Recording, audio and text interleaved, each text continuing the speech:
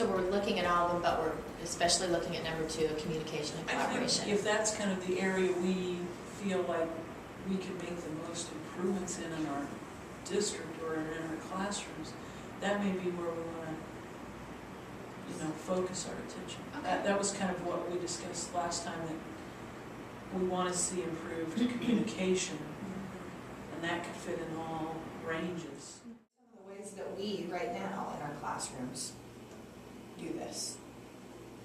I mean, what are ways that we already need this in our classrooms? Or don't already, but ways that you want to. And media. Okay.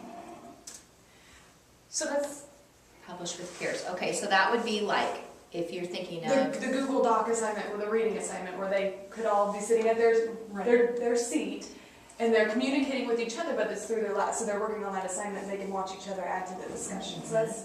Okay, so I put down Google Doc reading assignment for our district on what more we need to do with technology. Where do we need to take this? Yes, and how do we make it effective? Like you were saying, what Melissa's question was, is how, I want to use it, but how can we make sure that it's meaningful? Right. And I think that's the whole discussion around the technology. I think we're getting better about not being so tool. Or technology to, the use of technology, I'm sorry, this No, is that's how I fine, write that's everything. okay. That's how I do too. The use of technology to enhance our curriculum yeah. without it being an add-on. We don't want it to be an add-on as in, how can I use iMovie? Right. We want We're to studying this, what this. can we do? Right. Yeah. Exactly. So the use of technology to enhance, and I wrote enhancement again, didn't I? To enhance our curriculum.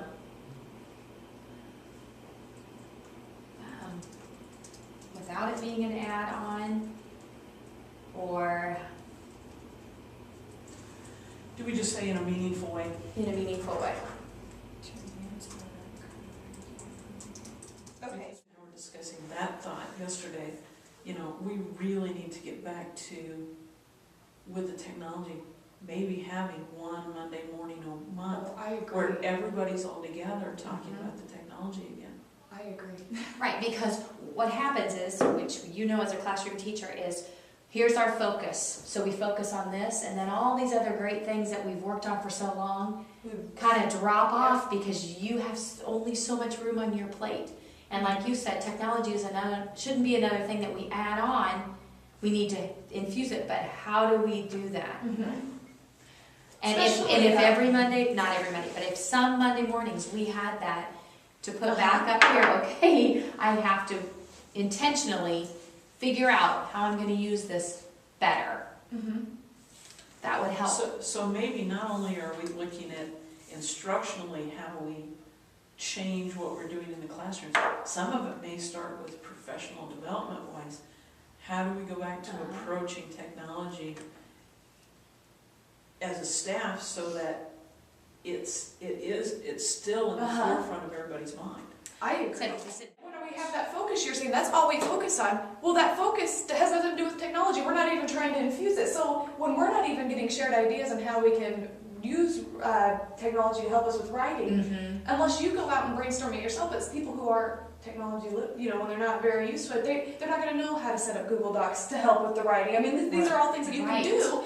But when all you're doing is paper, pencil here, then that's all we focus on. Which that's important, but yeah, Yes, we it need is to figure important, out how we yes. can put technology with it. Maybe what we need to do is we just need to go around from classroom to classroom to classroom and just ask, what's one way that you're using communication technology to communicate? Or we could even Monday morning ask if we could have the first 10 minutes and get that information. And then explain what some examples would be so that they're not like, well, I don't really do it, because they do it. It's just that they don't think about it when they're, it's just something. right. But then we'd have a baseline. But then that way we'd have a better baseline of maybe even what kind of communication or what kind of communication and technology are we using, and then maybe that could even go with, now what do we want to branch out and do even more of. And what we may find is maybe we need to either expand or shorten our question, our thought just a little bit, because it may not be instead of taking what they're doing and trying to fit it with what we're doing as far as communication and collaboration right now, what are we doing, just period? What are we doing with computers, with technology? Yeah, Okay. that would be a good way to approach it, because Yeah. when you pull And then you see, Collaboration and is communication, communication and collaboration really an area of strength or weakness, and is that where we need Okay. to go? Or do we just see that, knowing what we've talked about within PLP, we know that that is another step that we want to get to? You know, is it something that we see as a group, or is it something we see from the data we collect? Well, and doing it that way, we could do it whole group, because we could just put a big old piece of butcher paper on the board, or we could use Google Docs with the LCD projector. We could do that, and Jamie will be up there typing. But then that way, they're just throwing ideas out of how we're using technology. using Then we'll technology. have that information, and then when we Right. come back together, then we can sift through it and say, Uh-huh. this isn't communication, this, Yeah. and we can see what we're doing really, and then where we need to go with that, the use of technology. Okay. Don't you think? Yeah, I think we've had some really good conversation. I do too. it's been, It's really I turned mean, it our really, thoughts, it really but- has turned our Uh-huh. thoughts.